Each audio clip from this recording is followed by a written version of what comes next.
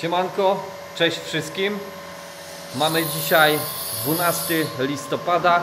Jest w tym momencie godzina 20:55. Jesteśmy już oczywiście po pracy. Zajmuję się swoim hobby związanym z fotowoltaiką. Ostatnio, jak widzieliście na moim filmie, wyciągnąłem agregat, który niestety odmówił mi posłuszeństwa, nie chciał odpalić, ponieważ akumulator był rozładowany. Ja ten akumulator podładowałem i dzisiaj stwierdziłem, że pohałasuję trochę.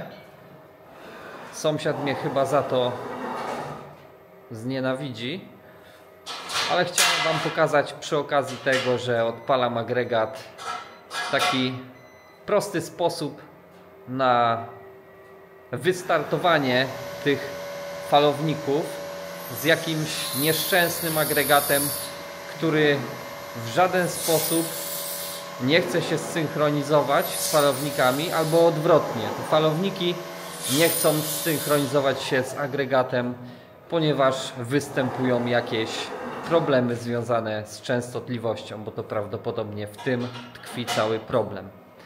A więc na początku pokażę Wam, jak wygląda ten sprytny sposób. Oczywiście na samym początku filmu chciałbym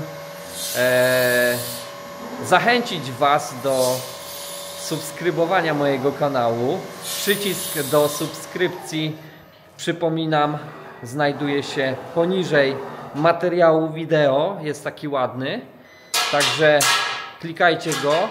No i oczywiście również łapki w górę by się przydały dla zasięgów i komentarze również. Także jak opłacicie ZUS, to zarąbiście. Zalajkuj, udostępnij i subskrybuj. A teraz przejdźmy do konsensusu sprawy. A przy okazji jeszcze, jak widzicie, na czole mam fajną rzecz, latareczkę taką. Kupiłem w takim sklepie, co się nazywa Action. Bardzo fajna, za nieduże pieniądze.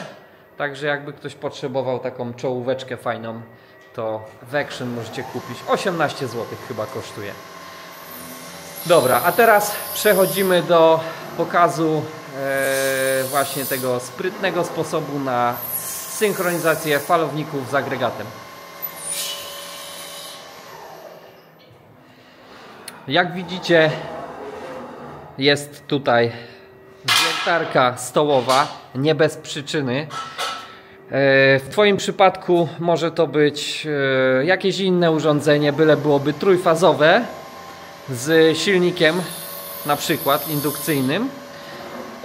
Nie wiem, jak układ zachowa się z obciążeniem jakimś rezystancyjnym. Nie mam takowego, więc wykorzystuję to, co mam. I teraz dalej. Tu wiertareczka podłączona na szybko za pośrednictwem takiego gniazda. Idzie sobie przewodzik. Przewodzik wchodzi tu. Tu mamy gniazdo od agregatu. Nawet chyba ładnie podpisałem. Takie gniazdeczko mamy od agregatu. Tutaj przewody na wagozłączkach pospinane odpowiednio. Te przewody lecą w moim przypadku tu pod spodem, pod tymi przewodami DC i wskakują do tego ATS-a. Ten ATS to jest ATS, który jest odpowiedzialny za przełączenie zasilania falowników pomiędzy agregatem a siecią. Oczywiście ja nie korzystam z zasilania z zakładu elektrycznego do przekazywania energii przez falowniki, ponieważ to się mija z celem, gdyż one zużywają codziennie niepotrzebnie 3 kWh. I jak doskonale wiecie, fotowoltaika już od nie wiem jakiego czasu nie funkcjonuje. Jest kiepska pogoda, słońca nie ma, niebo zachmurzone. Także w moim przypadku niestety fotowoltaika nie daje energii. Także tu agregat wchodzi dokładnie w te wejścia, sieć wchodzi od góry, a tam wychodzi odbiór, który jest podłączony już do wejścia falowników. I teraz w tym momencie, jeżeli chodzi o ten ATS, jest on przełączony, jak widzicie, czerwone pokrętełko skierowane na agregat, także w tym momencie mamy zasilanie z agregatu zrobione. No i co? Przejdziemy może do agregatu. Ja mam agregacik diesla 5 kW. Taka to jest maszyna. No to go sobie uruchomimy.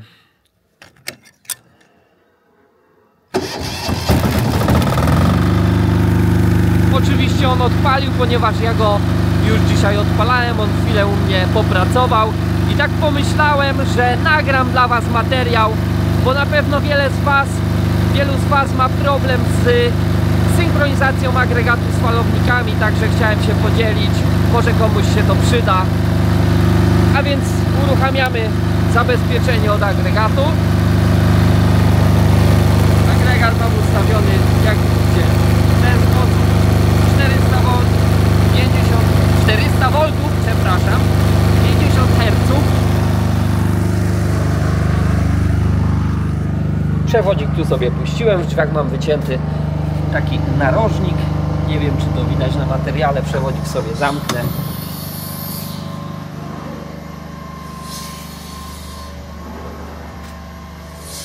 Ok, jak widzicie po samych falownikach one już się uruchomiły, czyli przyjęły napięcie.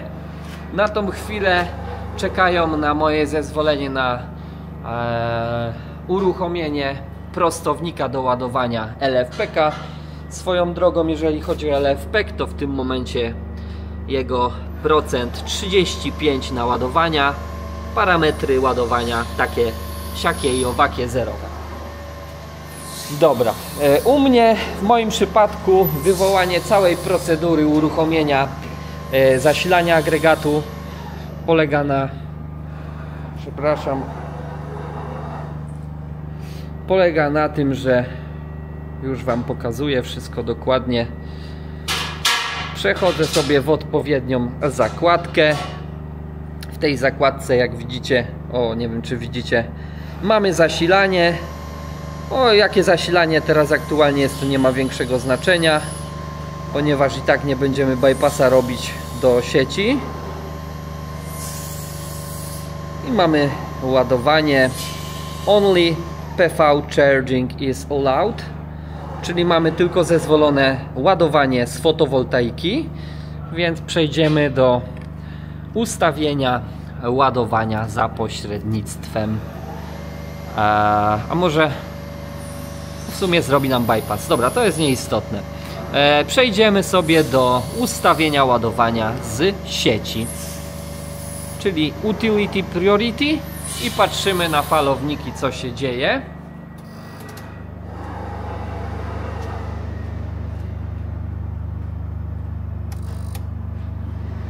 Nie wiem, czy słyszycie to na materiale.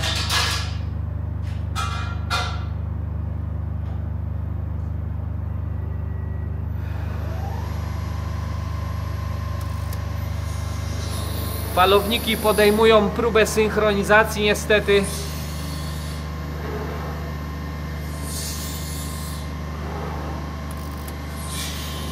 Nic z tego. Nie chcą się zapiąć. Jedyne co wydają z siebie dźwięki.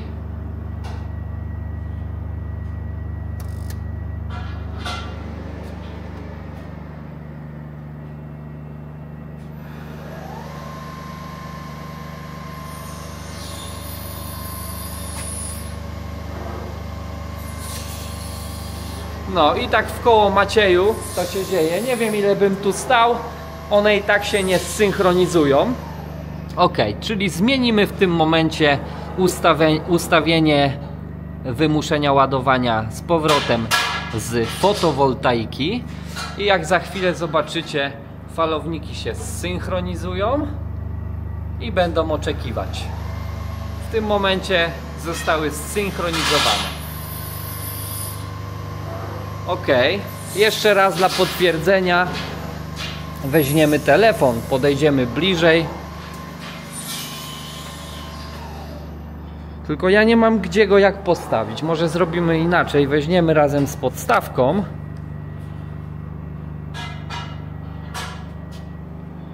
I postawimy go na UPS-ie. Ok, dobrze. I teraz Only PV charging is allowed. Wybieramy po raz kolejny. Sprawdzamy jeszcze raz falowniki. Są zsynchronizowane?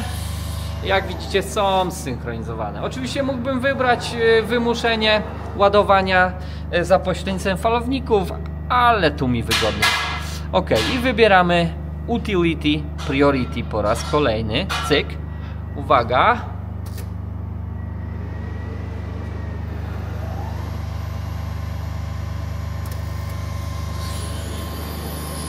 No i nic z tego.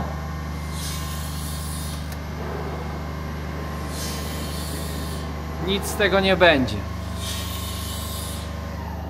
Żeby nie przedłużać tego materiału, musicie mi uwierzyć na słowo, że nic z tego nie będzie. Synchronizacja ich jest bardzo utrudniona. Także wracamy z powrotem do ustawienia Only PV Charging is allowed. Zaraz zobaczycie po raz kolejny, że się zsynchronizują. Jednak ładowanie nie będzie rozpoczęte, ponieważ nie ma zezwolenia. Ok, a teraz tak, żeby spowodować synchronizację falowników z agregatem, musimy wymusić jakieś obciążenie, jeżeli to jest agregat trójfazowy. Ja to obciążenie wymuszę właśnie tą wiertarką stołową. Także uruchamiam obroty. Przepraszam, muszę najpierw jeszcze uruchomić stycznik. Uruchamiamy obroty. Jak widzicie, w tym momencie wiertarka się kręci. Ona jest zasilana z agregatu. No i teraz sprawdzamy po raz kolejny. Sprawdźmy jeszcze dla potwierdzenia. Nie ma ładowania. Zobaczymy, czy uda nam się za pierwszym strzałem wymusić ładowanie. Synchronizuj się tu. O. Dobra. I po raz kolejny wymuszamy ładowanie z sieci. Cyk. Uwaga.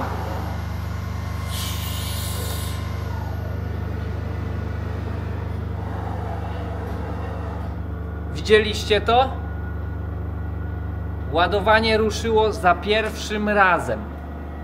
Wystarczyło tylko dołożyć trójfazowe obciążenie. W tym momencie rozpoczęliśmy, albo raczej rozpoczęło się ładowanie, jednak z niewielką mocą, gdyż ja mam możliwość sterowania oczywiście tą mocą z poziomu aplikacji. Niestety to już pokażę Wam nie z samego telefonu, natomiast za pomocą komputera, ponieważ tam jest o wiele bardziej precyzyjnie. Chociaż może Wam i tu to pokażę. Przejdziemy sobie tutaj do ESP Home. Ja nie mam tego wyciągniętego na dashboard, ponieważ nie używam agregatu, ale stwierdziłem, że dzisiaj troszeczkę się z tym pobawię.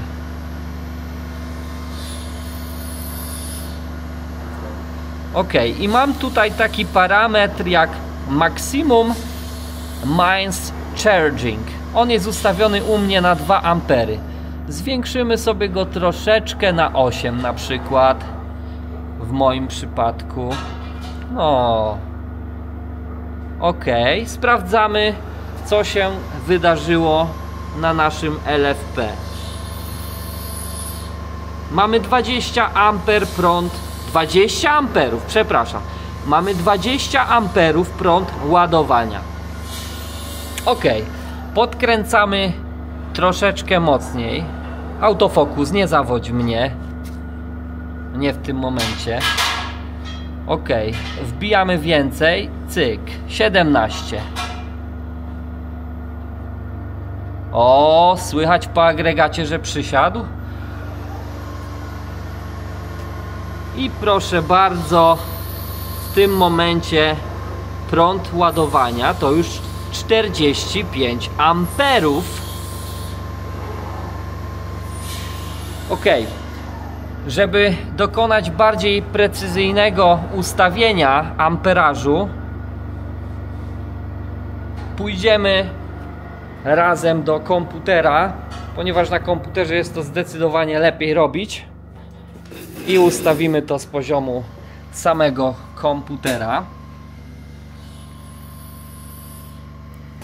Ok, i ustawimy powiedzmy 25 amperów. Wy tego nie słyszycie zapewne, ale ja usłyszałem, jak agregat przysiadł. Ok, idziemy zobaczyć,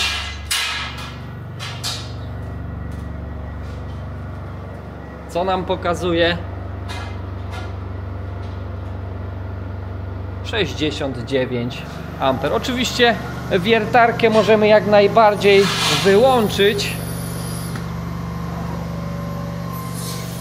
Ona już nam nie jest potrzebna. Jak widzicie, 69 amperów prąd ładowania. Tu na aplikacji Focus. Tu na aplikacji również mamy 25 amperów ustawione. To 25 amperów tyczy się każdego z falowników. Także sumarycznie powinniśmy mieć tutaj ile? 75 amperów. Mamy troszkę mniej. Sprawdźmy sobie może ale gdzie on jest? Sprawdźmy sobie może tutaj natężenie po stronie AC. Sprawdzimy to tylko na jednej fazie, ponieważ będzie to dla mnie dosyć trudne jednoręką. Aha, jeszcze przejdziemy na ustawienie AC. Ok, i spróbujemy założyć cęgi. I proszę bardzo, takie mamy po stronie AC natężenie 6 amperów. Ok, może spróbujemy zapiąć jeszcze jeden przewodzik tutaj razem. Ok, i mamy drugi przewodzik, 6,5 amperów. Także po stronie AC mamy 6 amperów, po stronie DC w LFPK wchodzi 69 amperów. Przejdźmy teraz do pulpitu z Home Assistanta. Niech nam pokaże, jaka moc wbijana jest w tym momencie w naszą bakterię. A w naszą bakterię wchodzi 3,8 kW. 4 kW? Prawie 4 kW. Także z taką mocą ładowany jest LFP. A tu, jak widzicie, mamy poszczególne inwertery, ile oddają energii. Na każdą fazę przypada po 1300 W. Ok. To jest agregat 5 kW, więc ja nie będę go obciążał większą mocą na wyjściu, ponieważ jak zapewne wszyscy wiecie, nie ma sensu ciążyć na maksa tego urządzenia, ponieważ bardzo słychać już tą pracę po nim. Za chwilę jeszcze pokażę Wam, będziemy stopniowo próbowali za pomocą telefonu zmniejszać prąd ładowania. Będziecie słyszeć, jak agregat jest odciążany stopniowo. No i właściwie w tym filmie to właściwie wszystko. Idziemy teraz do samego agregatu. Ja biorę telefon w rękę i stopniowo będziemy próbowali zmniejszać natężenie.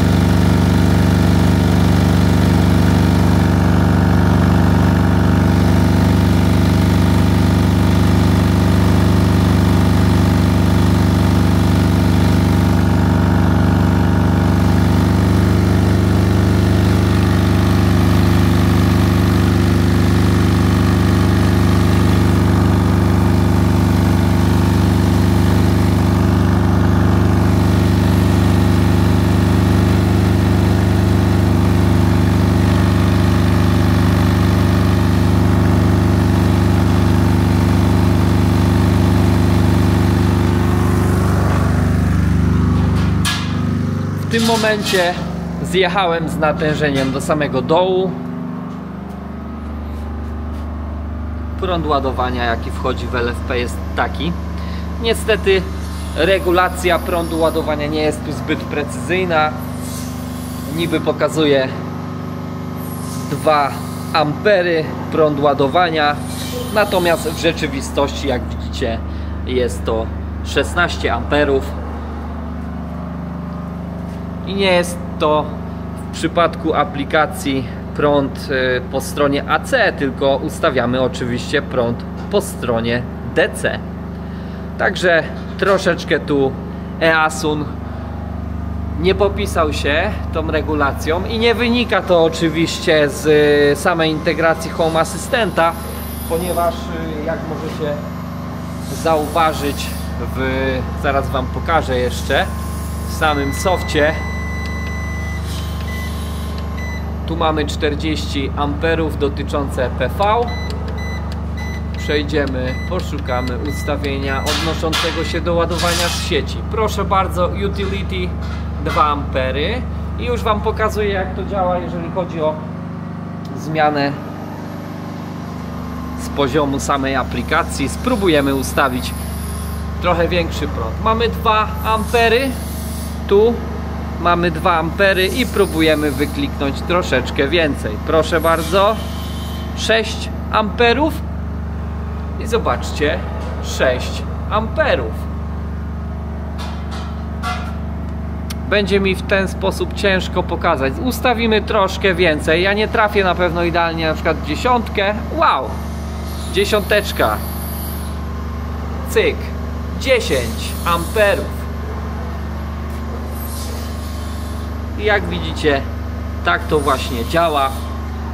Ok, testy agregatu zakończone powodzeniem.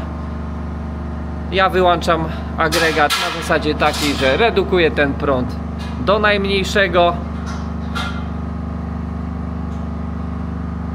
Przechodzę do mojej zakładki odnoszącej się do przełączenia falowników na ładowanie z samej fotowoltaiki. Zmieniamy Only PV. Nie no, ten autofokus mnie załamuje dzisiaj tu. Only PV charging is allowed. Agregat został w tym momencie odciążony. No i co? Na koniec jeszcze spróbujmy po raz kolejny dociążyć agregat bez uruchomienia i z uruchomieniem samej wiertarki.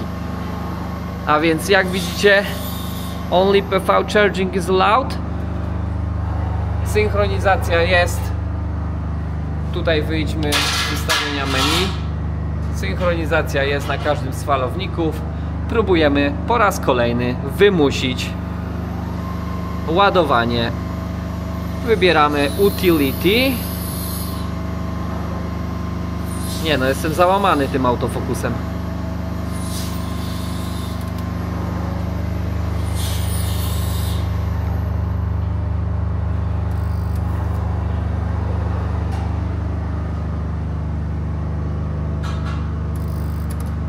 Jedyne co słychać to tylko próba załączenia jakichś styczników bądź czegokolwiek tam w falowniku, nie wiem. I tyle. Ok. Żeby się nam nic nie popsuło, przechodzimy z powrotem na ładowanie z samej fotowoltaiki. Czekamy aż się zsynchronizują. Proszę bardzo, zsynchronizowane. I po raz kolejny jeszcze uruchomimy samą wiertarkę. Nie wiem jak ja to zrobię.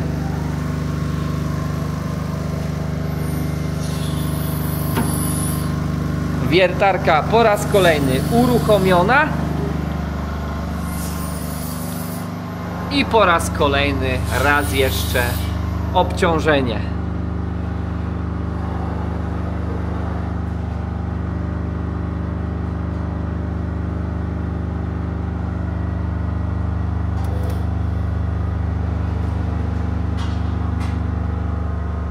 Bezbłędnie za pierwszym razem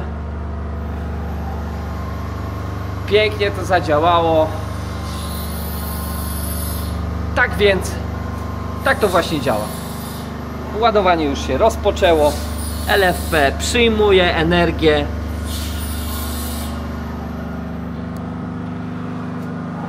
Z mojej strony na dzisiaj to tyle. Fajnie, jak dowiedzieliście się czegoś nowego po raz kolejny ode mnie. I raz jeszcze na zakończenie tego materiału zapraszam wszystkich, co jeszcze nie subskrybujecie. Subskrybujcie mój kanał. Przycisk macie poniżej materiału wideo, po raz kolejny powtarzam. I zostawiajcie lajki. Komentarze mile widziane. Pozdrawiam, do następnego i cześć!